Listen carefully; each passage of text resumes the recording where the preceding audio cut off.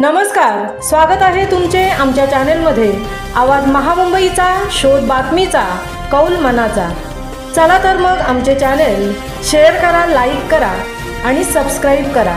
धन्यवाद।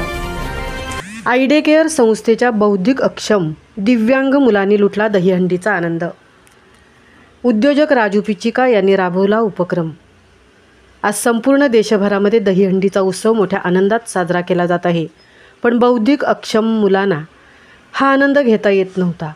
मात्र पेणमधील आयडे केअर संस्थेच्या बौद्धिक अक्षम मुलांच्या महाराष्ट्रातील पहिल्या दहीहंडीचे आयोजन रामेश्वर कन्स्ट्रक्शनचे राजू पिचिका यांनी करून एक अनोखा उपक्रम राबवला। या दहीहंडी उत्सवामध्ये 69 दिव्यांग मुलांनी सहभाग घेत हंडी फोडण्याचा आनंद लुटला। ही विशेष मुलं पाण्याच्या फवाऱ्यात व आनंदात चिंब भिजली होती। यावेळी निरागस मुलांच्या चेहऱ्यावरील आनंद पाहण्यासारखा होता। या विशेष मुलांना वेगवेगळ्या कार्यक्रमातून उभारी देण्याचे काम आयडे केअर संस्था करत असून गेल्या 14 वर्षापासून रामेश्वर कन्स्ट्रक्शनचे सर्वेसर्वा राजू पिचिका यांनी आमच्या मुलांना दहीहंडी फोडण्याचा मान दिल्याने खूप आनंद आणि अभिमान वाटत असल्याचे स्वाती मोहिते यांनी व्यक्त केले।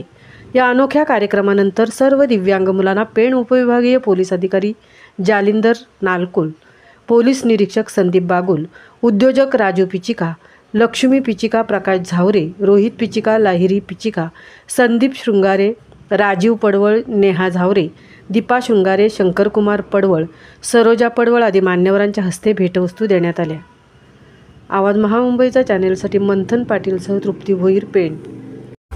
राजू पिचिका सरांनी आयडे केअर संस्थेतील दिव्यांग मुलांसाठी 14 वर्षापासून ही महाराष्ट्रातील पहिली दहीहंडी उभारली आहे आणि याच्यामध्ये सतत सातत्य ठेवल्यामुळे आमच्या मुलांना इतका आनंद होतो आणि दरवेळी मुलं या सणाची वाट बघत असतात आणि सतत विचारत असतात की आपल्याला राजू पिचिका सरांकडे कधी जायचं आहे दहीहंडी फोडायला।